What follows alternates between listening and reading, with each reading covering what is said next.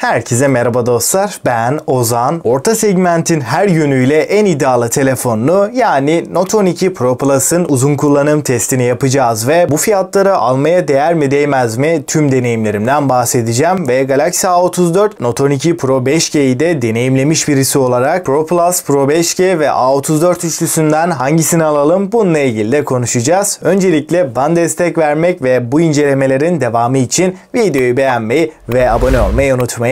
Destekleriniz benim için çok önemli. Şimdi her zamanki gibi fiyatlarla başlayalım. Note 12 Pro Plus'ı 8 GB RAM ve 256 GB depolamayla şu an için 9000 bandında rahatlıkla bulabiliyoruz. 12 GB RAM'li modeli de 10.000-11.000 civarında. Fakat maalesef ki Note 12 Pro Plus'ın garantili bir satışı yok. Alacaksanız sahibinden bakabilirsiniz. Şimdi hemen tasarımla başlayalım. Note 12 Pro Plus özellikle arkadan baktığımızda diğer Note 12 serilerinden oldukça şık ve sade bir tasarımla önümüze çıkıyor. Burada hafif kıvrımlı oval bir tasarım kullanılmış. Bence bu tasarım anlayışı köşeli tasarımdan çok daha şık duruyor. Ve burada güzel bir detay olarak ekranımız fabrikasyon koruyucuyla beraber geliyor. Tasarıma baktığımızda Note 12 Pro'nun diğer modellerinden daha farklı bir tasarımla karşılaşıyoruz. Burada özellikle kasa yapısı olarak kenarlardan kıvrımlı, daha premium bir tasarım bizlerle birlikte. Elde tutuş hissiyatı da hiç fena değil. Tek elle kullanıma uygun bir cihaz olmadığını da burada belirtmiş olayım. Hem ağır hem de kalın bir telefonla beraberiz. Malzeme kalitesi bu fiyat bandı için gayet yeterli. Arka kapak cam, çerçevelerde plastik bir yapıyı görebiliyoruz. Ekran tarafında ise 6.67 inç AMOLED 120 Hz tazeleme hızının yanında HDR10 Plus, Dolby Vision gibi en üst düzey teknolojileri de bu ekranda görebiliyoruz. Açıkçası hem parlaklık noktasında hem de renk başarımı, genel canlılık olarak bu ekranın beni fazlasıyla memnun ettiğini söyleyebilirim. Her açıdan baktığımda amiral gemisini de yani şu anda 30.000-40.000 TL gibi fiyatlarda satılan çoğu telefonu da ekran noktasında aratmayacak bir telefonla karşı karşıyayız. Yongacity kısmında herhalde bu senenin orta segmenti olarak en popüler işlemcilerinden MediaTek Dimensity 1080'i Note 12 Pro Plus'ta görebiliyoruz ve 8 GB RAM de bu sisteme eşlik ediyor.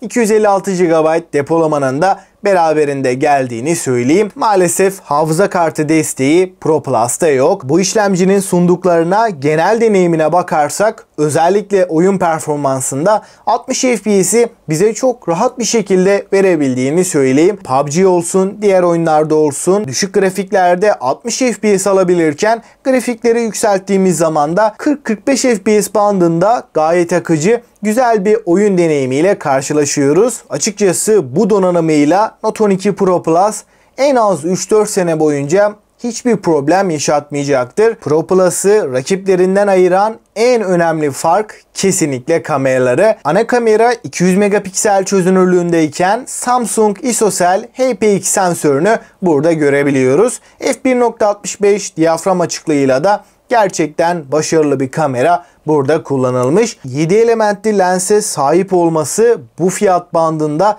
rakiplerinden baya öne çıkmasını sağlıyor.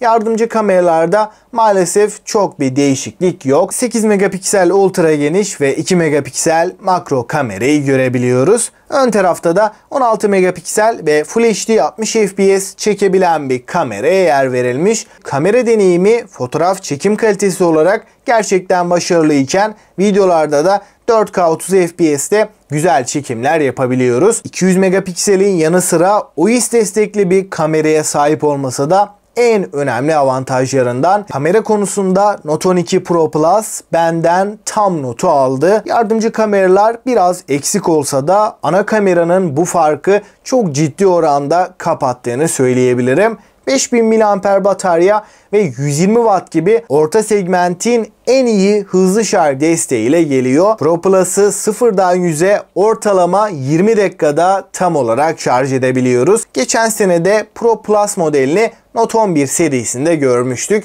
Fakat orada bataryada bir kısıtlamaya gidilmişti. Note 12'de ise 5000 mAh'lik batarya Pro 5G modelinde olduğu gibi Pro Plus'ta da kullanılmış. Yani batarya deneyiminden herhangi bir kayıp yaşamadan en üst düzey teknolojiyi Pro Plus'la beraber alabiliyoruz. Bu gerçekten önemli bir avantaj. Ortalama günlük bir kullanımda 120 Hz'de 7-8 saat arası ekran sürelerini rahatlıkla görebiliyoruz. Android 12 ve MIUI 14 ile beraber geliyor. 3 yıl Android ve 4 yılda güncellemeleri almaya devam edecek. Arayüz deneyimi hız açısından da bize hiçbir sorun yaşatmadığını söylemem gerekiyor. Stereo hoparlörler var ve Dolby Atmos desteğine de sahip. Her açıdan ses performansı da yeterli. Dostlar, şimdi tüm deneyimlerimden bahsedeyim. Note 12 Pro Plus'ı rakipleriyle kıyasladığımda A34 ve Note 12 Pro 5G'den daha iyi bir ana kamera performansına sahip. Özellikle videolar kısmında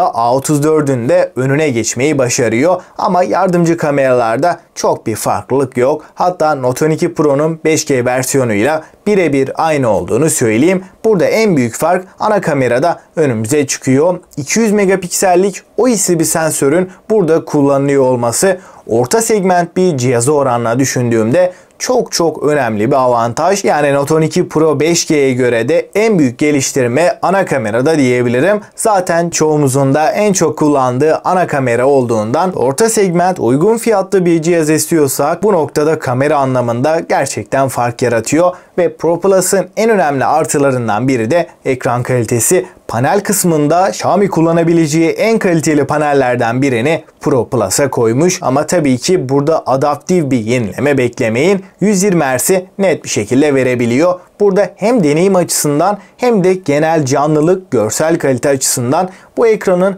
fazla başarılı olduğunu da söylemem gerekiyor. Gerçekten ekran olarak sizi hiçbir anlamda üzecek bir telefon değil ve Pro Plus'ın bir diğer artısı da kesinlikle Yonga seti. Artık MediaTek alınmaz gibi kalıplaşmış düşünceleri bir kenara bırakmak gerekiyor. Özellikle Dimensity serisi pek çok orta segment Snapdragon işlemciden daha az ısınan ve oldukça performanslı bir işlemci. Yani bu noktada aklınızda herhangi bir soru işareti olmasın. 6 nanometrelik işlemcimizde hem verimlilik hem de performans oldukça dengeli bir şekilde önümüze çıkıyor. Ortalama yarı parlaklıkta 1 saat oyunda oynasanız veya genel bir kullanımda sosyal medya içinde telefon neredeyse hiç ısınmıyor ve verimlilik tarafında da çok başarılı olduğundan bu bataryayı bir gün içinde bitirmek neredeyse imkansız. 120 Watt hızlı şarjda batarya deneyimini daha da farklı bir noktaya taşıyor. Fakat şurada bir parantez açayım. Buradaki performans ve verimlilik tarafı sadece Pro Plus'a özel değil. Note 12 Pro'nun 5G versiyonu ve Galaxy A34'te de çok benzer deneyimler alıyoruz. Çünkü 3 cihazda aynı işlemci ve aynı donanıma sahip. Dostlar, şimdi son olarak bir toparlayıp özet geçecek olursam kamerası, ekranı, performansı ve bataryasıyla bu fiyatın en dengeli telefonu diyebilirim. Her yönden dolu bir telefondan bahsediyorum. Eksileri yok mu derseniz tabii ki de var. 120 Watt hızlı şarj ve 200 megapiksel ana kamera gerçekten önemli. Ancak bunları alırken bazı şeylerden de feragat etmek gerekiyor. Rakiplerine göre hem ağır hem de kalın bir telefon. Buna ek olarak da suya ve toza karşı çok yüksek bir dayanıklılığın olmamasında eksilerini ekleyebiliriz. Bunların dışında eksi diyebileceğim hem günlük kullanım hem de genel deneyim açısından olumsuz diyebileceğim pek bir yanı olmadı. Fiyatını net şekilde hak eden, aldığınız zaman kafanızı ağrıtmayacak bir telefon ve 3 yıllık güncelleme desteğini de hesaba kattığımda en az 3-4 sene kasma, donma problemi yaşamadan rahatlıkla kullanabilirsiniz. Ve son olarak da Note 12 Pro Plus'a genel deneyimiyle bir not verecek olursam benden 8.5 aldı. Peki siz ne düşünüyorsunuz? Note 12 Pro Plus sizce alınır mı? Görüşlerinizi mutlaka bekliyorum ve herhangi bir sorunuz olursa da yine yorumlarda yazabilirsiniz. Bu tarz deneyim odaklı incelemelerin devamı gelsin mi? Gelsin diyorsanız videoyu beğenmeyi ve abone olmayı unutmayın. Ben Ozan ve bir sonraki videoda görüşünceye dek hoşça kalın.